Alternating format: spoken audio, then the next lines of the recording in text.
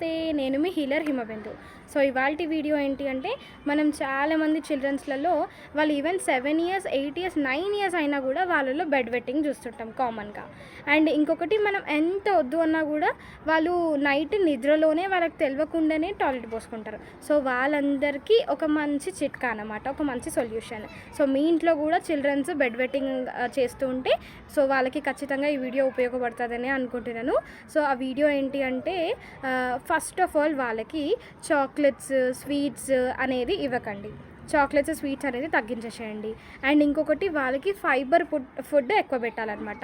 Fibre like fruits, leafy vegetables కానీ, మొలకెత్తిన గింజలు, రాగులు, జొన్నలు, అట్లాంటి రొట్టె లేదా రాగి జావ అట్లాంటివి ఉంటాయి కదా. సో ఫైబర్స్ ఇలాంటివి ఎక్కువ ఇవ్వండి. అండ్ చాక్లెట్, స్వీట్స్ అయితే అస్సలు ఇవ్వకండి. అండ్ ఇంకొకటి స్పెషల్గా మెయిన్ చిట్కా ఏంటి అంటే, వాళ్ళు నైట్ పడుకునేటప్పుడు వాళ్ళకి ఒక చిన్న గ్లాస్ లూక్వామ్ వాటర్, గోరువెచ్చని వాటర్లో మెంతులు ఉంటాయి కదా, మెంతులని ఫస్ట్ పౌడర్ చేసి పెట్టుకోండి. అండ్ నైట్ పడుకునేటప్పుడు గోరువెచ్చని నీళ్ళల్లో ఒక 1/2 స్పూన్ మెంతు పొడి కలిపేసి వాళ్ళకి నైట్ పడుకునేటప్పుడు తాగిపించండి.